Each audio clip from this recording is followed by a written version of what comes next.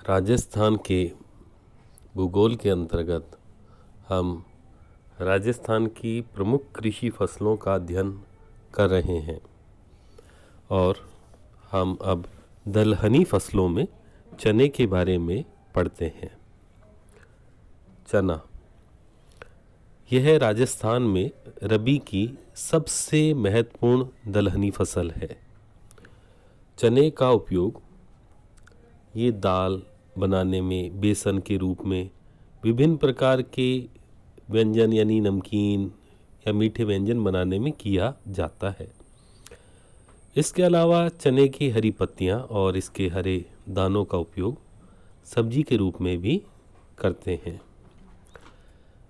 और ये भी हम जानते हैं कि चने के दाने घोड़ों के लिए काफ़ी रुचिकर आहार होता है।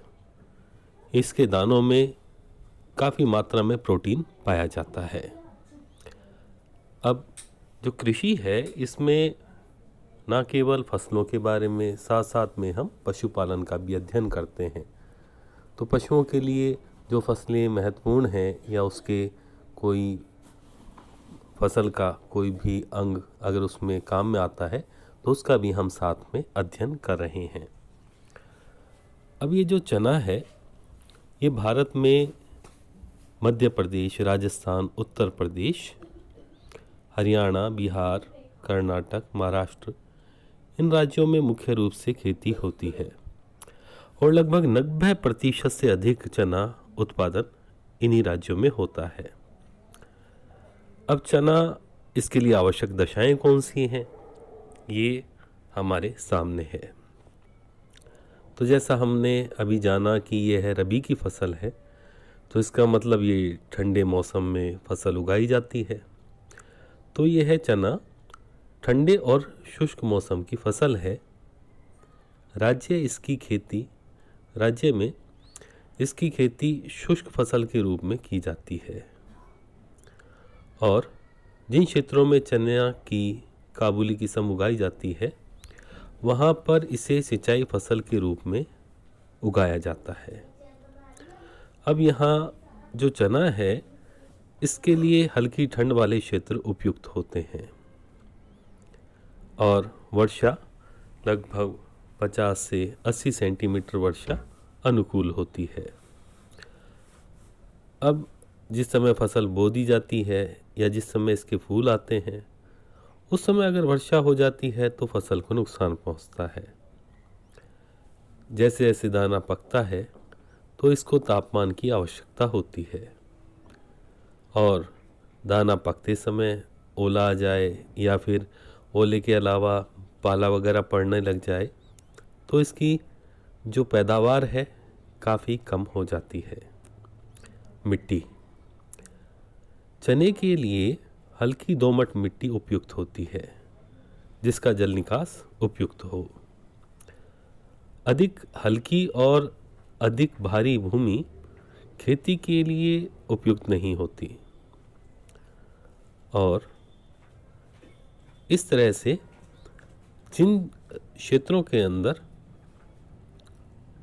इसमें भूमि में वायु संचरण उपयुक्त पाया जाता है वहाँ पर उन क्षेत्रों के अंदर इसकी फसल ठीक होती है। अब है इसके बाद में इसका क्षेत्रफल और उत्पादन। देश में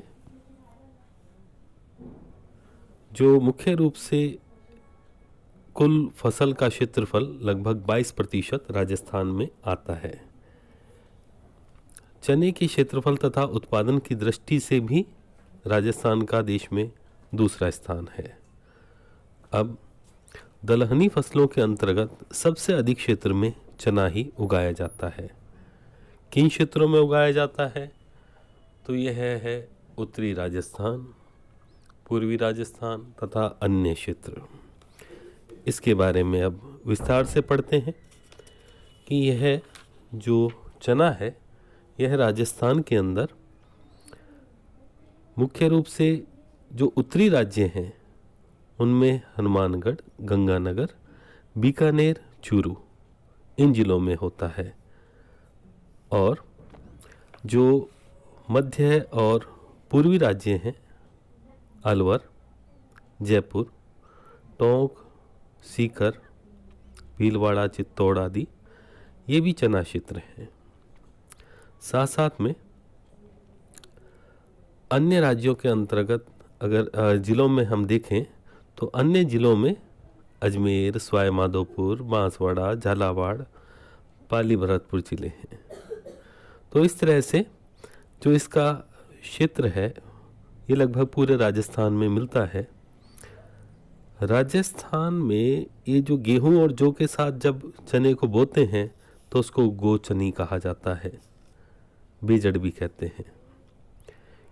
और शुरुआत के अंदर जिस समय फसल की निर्भरता वर्षा के ऊपर अधिक होती थी, सिंचाई के साधन बहुत सीमित थे, तो उस समय गेहूं, जौ और चना ये फसलें लगाई जाती थी, एक साथ बो दिए जाते थे। और अगर पर्याप्त मात्रा में पानी उसको उपलब्ध होता रहता था तो वहाँ पर गेहूं भी अच्छा मिल जाता था।